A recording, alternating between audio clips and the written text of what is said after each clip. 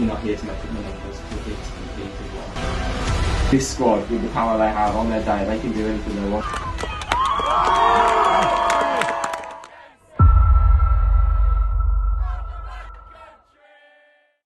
Welcome to the Glassgirls network. I'm here with Tash. We've just got back from the under-16s Warwickshire Cup game. Hello. So we've just finished watching the under-16 Central Warwickshire League Cup. They've finished 3-3 at full time, winning 4-2 on pens. How fun is it to see the group of young players play the game at level? I think it's really nice because everything's really innocent at that level, which I think is great. There's no politics. There's nothing other than just the love of the game, which I think is really, really important at that level. And I think obviously headed by Ryan, that really does show through, and it helps the girls. And nobody better really than to have him leading the 16s, and it's credit to him and the group that he works with and the players that they've done that today, because I think they were behind at half time, so it really shows that character as well. But I think essentially the big thing is it shows innocence in football, and actually sometimes when we strip everything back, it just really does show how important just going out and playing is. So yeah, really, really good, and really happy for Ryan and the team. We've now just been one season away before they play women's football. What kind of advice would you give them? I think keep just enjoying the game, and don't get involved in any of the politics. Just focus on football, and I think that's the main thing to sort of tell any upcoming player is focus on yourself, and do everything by your own admission. Essentially, you don't need to worry about the money side of things. Growth of women's football, that will be done by other people.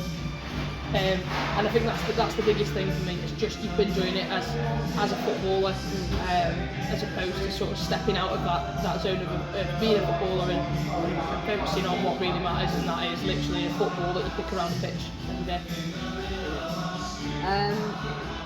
How would you say the sporting development of the girls' football has changed over the last 10-15 years? So I still think there's a long way to go. I don't think it's drastically changed enough, especially with the growth of women's football.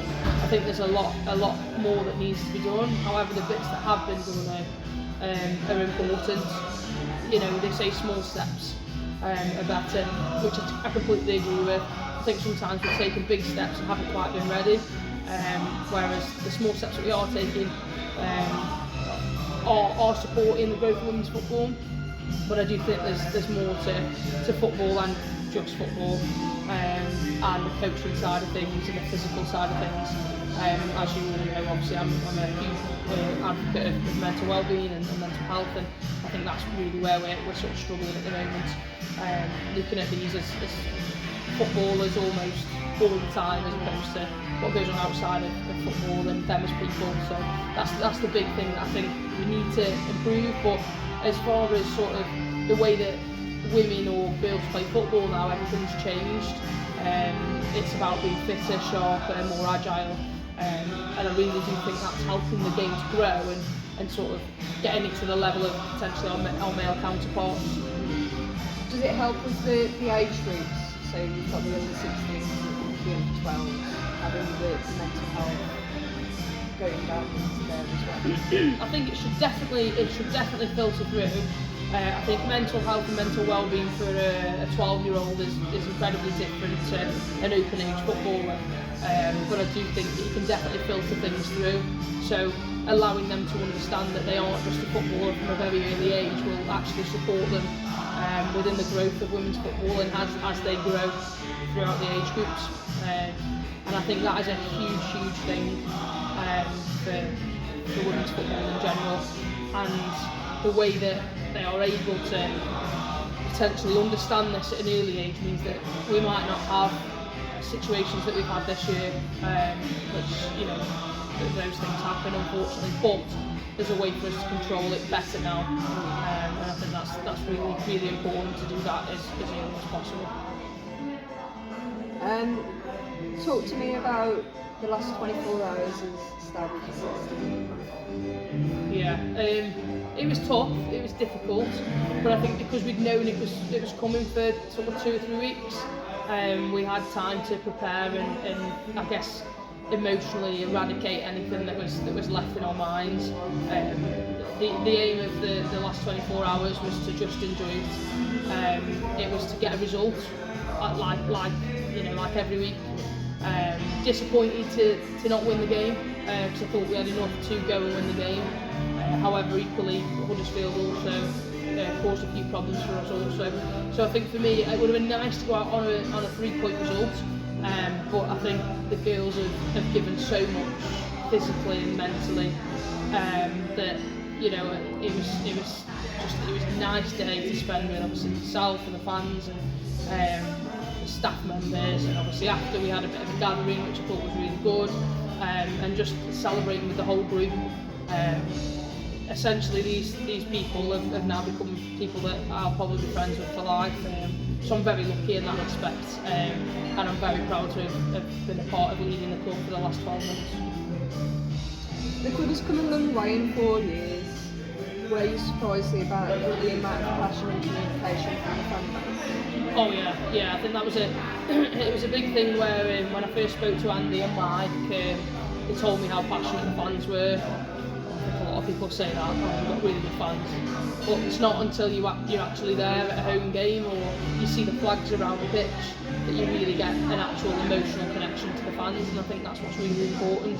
There was a number of times that they drove us through games, and actually there was a number of times where I felt a little bit deflated on the side, but actually hearing what the fans were singing, or you could hear them chatting on the side, it gives you that extra, I guess, motivation to help the team, support the team, so it just injects that passion and that motivation, and I know it absolutely did the same for the players as well, which is equally as important, if not more important. But yeah, you can say you've got passionate fans, you've got this, you've got that, but until you actually understand and you are there, whilst the fans are there, you'll never really understand how important they have been, and they will continue to be and have been for 5 or 6 years. You mentioned Stoke game about how you both fed off each other. What was your favourite moment of that season? Stoke game was definitely one of them. The connection between the fans, the players, the staff, that was special. Again, if you were there, you'll understand. Sometimes you just can't describe feelings, and that is one of those times.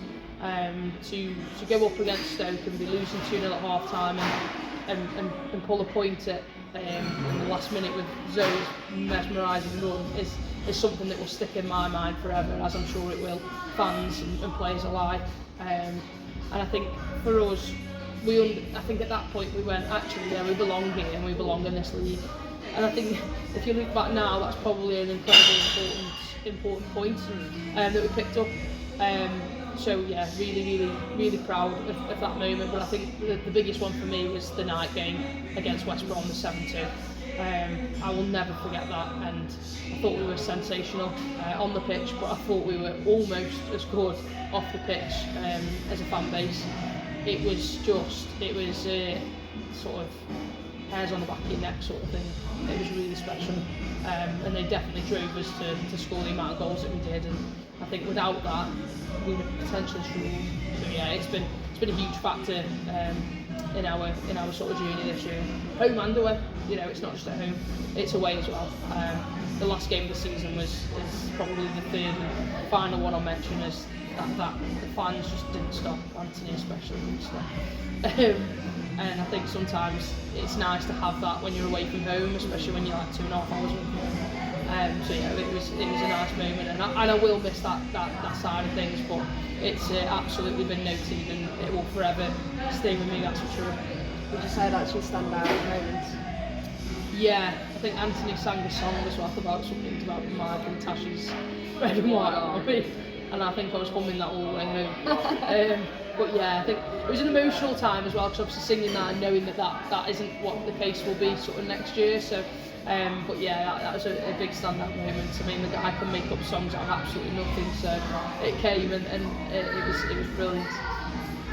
Stourbridge have good reputation of bringing young players, hopefully, but this can all continue. Maisie Winters, Erin Griffiths, Senna Robinson coming through the pathway. Maria Timms and Daisy Clements turning 21 this year. That can be a lot of pressure on young shoulders. How do you recognise it and help them? I think some of the names that you've mentioned there, like your Maz Timms and your Daisy Clements, they don't play football or act like 21-year-olds. They have a very old head on their shoulders when it comes to football. For me, Maz is a leader already. Daisy has so much experience at the level and is more than good enough to compete at a higher level in my perspective. Similarly to Maz. When you talk about sort of the younger ones, so Senna, Erin, we had Neeve Murphy, who was older, so we lent on her a lot. Esme Moran, Sophie's at Waves, and we're forgetting here that actually Es and Sophie, 24, 25, 26, and we're asking them to support these younger ones that are coming up. But to be honest, I think because we did a lot of the well-being thing, workshops, and the girls knew that if there was any pressure or they felt anything that wasn't going to help them on a football pitch, they could come to speak to me and we'd talk about it. And it is a lot of pressure, but pressure's privilege, and football is full of pressures, especially at this level. If you want to play at Tier 3, if you want to go up into the Championship, then you're going to have to get used to pressure. There's a number of young players now playing in the Championship and the WSL that some of them are 17, 18, 19, and how do they deal with pressure? Pressure's privilege again, and that ultimately, yes, we can support it, but we're at a stage now in women's football where you're going to have to get used to this pressure because it isn't probably going to go away. But make sure that you have the right people around you to support you when you are going through it, because they will. But yeah, it's a couple of the youngsters there have already got them leadership qualities. So yeah, it's a good group, and it's important that group is supportive for each other moving forward. Have you had time to think about your own future in women's football? Is there a preference? I've thought about it a lot. It's not the right time to go and approach clubs. I've spoken to a few, but it's not the right time for them or for me. I think at first it was panic stations. It was like, I really need to get back into football. But it's got to be the right move. I'm extremely vocal on women's football. I'm extremely vocal about the things that are wrong with women's football. So sometimes I'm going to struggle to speak to other clubs because there's a strict protocol, but I won't change that because I think there's got to be a voice playing about you. So for me, it's a case of waiting, having conversations sort of back end of May with certain clubs, and go from there essentially. I'm a big believer in everything happens for a reason, as cliche as it is. So whatever will be, and wherever I'm supposed to be in 12 months' time, I'll be there. And that's just the way I see things. It's been difficult. It's been a really difficult 3 weeks where I've questioned my own ability, my own sort of thoughts, and the way I've processed things have been extremely difficult. There's been moments where I thought, actually, I don't want to do this anymore. But I think you go through that, and that's a process that you have to go through. But it's definitely something that I will continue to do. It's just the right time and the right club, and also a club that matches my values. That's a big thing for me. I won't down my values for anything or anyone. And if they don't align, then I'm not right for them, and they're not right for me. So yeah, equally, really, really looking forward to getting back into football. Where that'll be, who knows? It's been a pleasure. Thank you. Thank you, Ash. Cheers, mate. Thank you. Hello, welcome back to part 2 with Tash Tezgel. Slightly different in the part 2, we just want to talk about women's football more generically, as opposed to just Stourbridge related, but I'm sure Stourbridge will still come up. I want to talk a little bit about standard in Tier 3, especially compared to maybe when you played in Tier 3. teams nowadays obviously training 3 or 4 times a week. Rumours are strong about potentially more than one team being full time next year. Lots of commitments, contracts as well. That's a massive commitment to it. How do you feel the progression is going? I think it's going really well. I think I mentioned just briefly to Ash about the steps that we're taking, the small steps, and then there's some big steps that I don't think we're quite ready for. However, in Tier 3, Newcastle have proven that it is possible, but there's got to be some sustainability, and I think that's the issue with certain clubs. And there is going to be clubs that potentially can't offer a full-time basis like Newcastle did and can. Your Forests of the world, your Stokes, all of those kind of clubs have potentially got the backing to do that, or at least the financial support, and there's absolutely nothing wrong with that. But I worry about the teams that potentially sit the other side of the table. Where do they find that? How can they get people to commit? How do they then, compete with certain teams around the area? For instance, Stourbridge have Wolves, they have West Brom, you've got rugby, all in those areas that financially are in a better place than Stourbridge, and that's not me telling anything secretive, that is fact, and everybody knows it. So I think it's great for those kind of clubs that can do it and that can financially support. I worry about the other side of the coin. What about the self-funded teams, or the teams like that come up and potentially don't have that big club backing? So brilliant, amazing, but how do we ensure that no one is essentially on the back foot to the point where they cannot physically compete? Yeah. Who knows? I think that's a difficult one to. Do you think some of those teams that we just mentioned, like for example Stourbridge, is kind of like holding the league back from being fully professional, because there's going to be so many big clubs that are going to gradually keep on investing? Is that kind of what's stopping the league from being fully professional, do you think? I think potentially, but I don't think we could ever force a club to take drastic measures.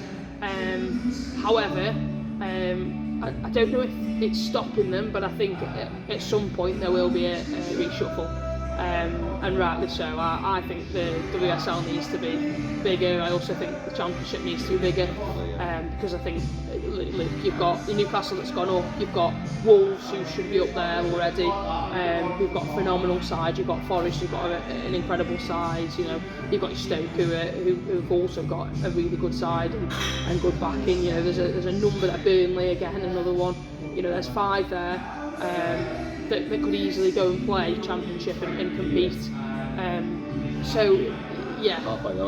We're halfway there of potentially making a bigger Championship, maybe 2 up from the Championship next year or whenever that may be, and go from there. And actually it's hard because that will then filter down and it'll have to be better in your Tier 3s, your 4s, your 5s, but I just don't know whether we're at that financially just yet. Top of the game's great. As it filters, we're starting to lose how we support these teams financially. Yeah. Player care and mental well-being. So if you was a player now going into this level, or a parent of a player looking after their daughter, what kind of things would you be looking at from a club before they sign a player? What kind of things would you be looking at before you sign? I think it's probably one of the first questions that I'd be asking. What does your welfare look like? Who supports the welfare? Do you have a dedicated person? And I'm not just on about someone that you can get hold of, I don't know, if you give them a call or you email them. I'm about someone on site all the time.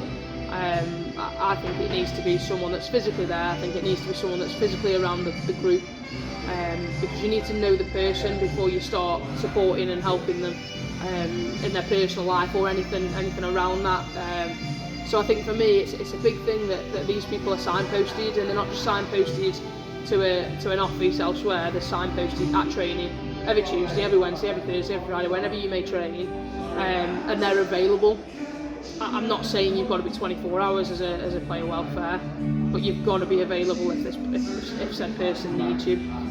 You've got contact numbers, so you can phone them.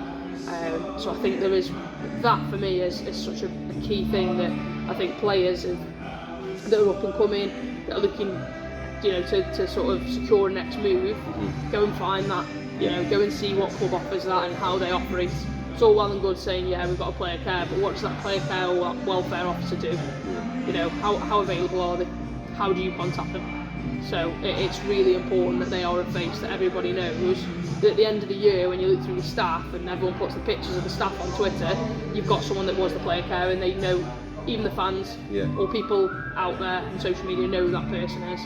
And I think the better we get at that in each club, with each club, the better and the less, I guess, difficult conversations we have to have surrounding certain situations that may happen in football.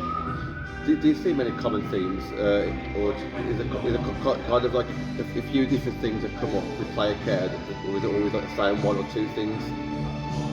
Do you kind of get what I mean? Like, is it always like the same kind of thing, or is it a variety of things? It's a massive variety, and you don't know. The thing with being player care or player welfare is you don't know what to expect. Yeah. You could be having a conversation about someone that's struggling with confidence in a game. That's probably the most common. Yeah. You know, naturally, players struggle, especially this year, because we've been at such a level we've not been at before. But then you also get the outside factors of personal life, relationship, work situations. So there's so much more to it. You know, there's other things like, you know, that you always have to be switched on about now, is, you know, the player coach thing and all of that kind of, that there is so much under that umbrella that you may have to have a conversation with, and you've got to be brave enough to go, actually, that's not right, and you've got to be brave enough to go and tell somebody else. Yeah. I've not had that, which is great, but I think people will find that uncomfortable. You've got to get comfortable with being uncomfortable in those situations, and put the player or the person, as I would say, at the heart and the front of everything that you do, no matter what club it is. Yeah. Have you seen anyone at Stourbridge that's got like that, that's just showed real good character and strength with what they might have been up against this season at all? Player? Yeah. Oh yeah, Neeve Murphy. Yeah. Without a shadow of a doubt. Yeah. Neeve Murphy, and she will openly tell you this, and I know she won't mind me saying it, she struggled massively at the beginning of the season. She fell out of favour, not fell out with favour, she fell out of favour in the team, and wasn't playing, as you guys know, because obviously you've watched most of our games. But Neeve Murphy is the hardest working, most respected member of our team. She has not stopped working hard. She's been to the gym. She's asked us what she needs to do to be better. And it wasn't that she wasn't a good footballer.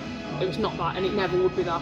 There's just certain things in football that sometimes people just need to work a little bit more on when you change the tiers and the leagues. That girl, if there's anyone out there that ever needs someone to look up to, she is the one. Whether you are 18 coming up, whether you're 16 and coming up through the 60s or pathway of the development, or whether you're 28 years old and you've lost your way and you think, oh my God, what's going on here? Take a look at Neeve, go and speak to her. I've not seen anything like it before. She had a first start against Newcastle. Yeah. She didn't stop playing for the rest of the season.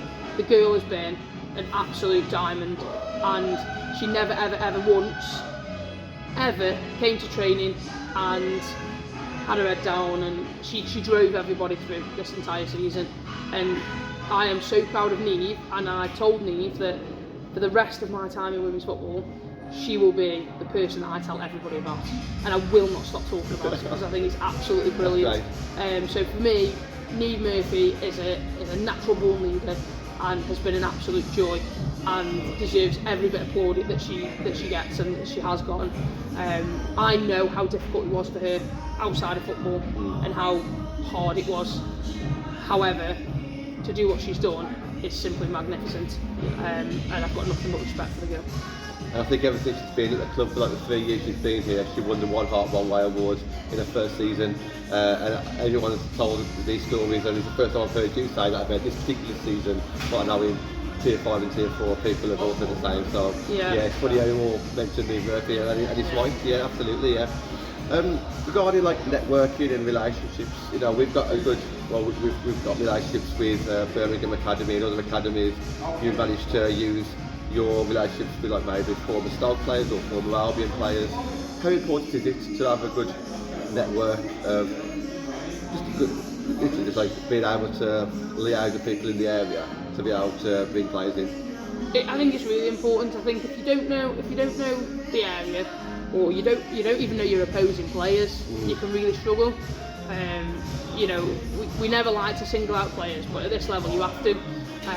But in regards to, you know, bringing players in, it does come down to relationships. And if you've got a good relationship with a certain club or certain players, you've got to be very careful when you're in season, because you can't approach players. And it's difficult for me because I've been friends with these outside of football, through football, when I played. So it's difficult for me. So we've had to do everything the right way. And I think it is really important that you keep those values and you ensure that you are being respectful to the club. And I struggled with that when I first come, because I was just talking to my mates, and then Mike was like, that can't happen, you can't do that anymore. You know, I was just like, yeah, you can come play for us, you know, really, really innocently. But you know, that's the difficulty now, is you've got to have a good relationship with the club. You can't naturally go and speak to the player. So yeah, we forged some really good relationships. Mike obviously had a history with Blues, so we had that there. You know, we had a pretty good relationship, I think, with Albion as well. You know, obviously I know Macca at Wolves, and I think you've got to have this, or else you're going to struggle. Rugby, I'm with Mikey. Yeah, Macy came from rugby, and you know, me and Mike would speak about football, and he knew that we were struggling injury-wise after losing Dicko, and Bethan was going to come in. She got injured, so you know, he supported us with that, and you know, we're extremely grateful for that, and everyone else that we've worked with across the season. Because it is difficult, because you all play the same league. Yeah, it's good to have the relationships, but also they can be strained when you play against each other. So. One of my favourite people in women's football is Casey Stoney, and she's come out with a couple of great quotes in her time. One of them, obviously, the book that she wrote about changing the game. When she first joined Man United as the women's team manager, she says Man United will change the face of women's football forever. A lot of stuff about change. How important is it that we keep on changing and making a change and keep on evolving? Yeah, I think we've got to keep evolving, because if we stop moving, that's when the movement stops for women's football. We've got to keep pushing. We've got to keep wanting more and wanting better for each other and for our players and our people that we have around us. And I think that's why we're seeing such a quick growth in women's football. But we just need to make sure that we cover all bases. It will keep changing. It will keep evolving, and we will get it wrong sometimes, and that's okay. Like that's completely okay. But it's how we fix those problems and how we move forward. That's equally as important as potentially getting it wrong. It's okay to get it wrong, but we have to find ways to potentially make things better. I think it's going to continue to evolve. I think back 10-15 years ago, and it was nothing like it is now. So it's changed really quickly. So for me, it seems like it's taken a bit of time, whereas for other people, they've gone, wow, look at this, how quick we're growing. It has taken time, and there's been foundations laid out by individuals that are potentially no longer in the game, that have retired, that some people won't even know the names of. But those foundations have been built by good people. We've just got to ensure that those foundations remain, and we just build around those foundations. You're quite vocal on social media. I think that's one of your strengths, not just on social media, but like talking like this. I can see why some people would kind of see it as a bit of a negative, because they can't control you, and I feel the same to some extent. I will quite happily say my opinion, and some people don't agree with it, but I'm okay with that. I think it can sometimes hold people back because they feel like they can't control you. Have you ever been in a position throughout your lifetime where someone has tried to say to you, oh, you can't go saying that, you can't go doing that, and how have you dealt with that? Yeah, so it happened when I was a player. I was quite vocal as a player, but it was very tight on Twitter and social media back then. So as a player, you can't speak, you can't say anything. And I think this is where this passion comes from now, because when I was a player, there were certain things that were just not okay, and there were certain things that weren't good enough. There was no support, sort of mentally or for your well-being, and I was never able to say anything about that. And as soon as I had the shackles taken off, it's like, right, this is it now, I'm going to change the world. So yeah, there has been times that we've been told to do it, and I have done it as a player, as a coach, or sort of as a staff member now within football, and as a mental health advocate and well-being advocate. I will not stop being a voice for the players. Now, I do understand there's going to be certain moments where I can't potentially say anything in a potential next role that I may have, but if that club doesn't want me to be an advocate for women's football and for mental well-being, then I don't think we're going to be on the same page. There has been people that have said maybe you need to calm it down on social media, but if I don't say anything, who is going to say anything? Because players are too scared to come out and say anything. And how many more people do we need to lose before someone stands up for them? And if that's me, and I don't get anything else in football ever again because of it, then so be it.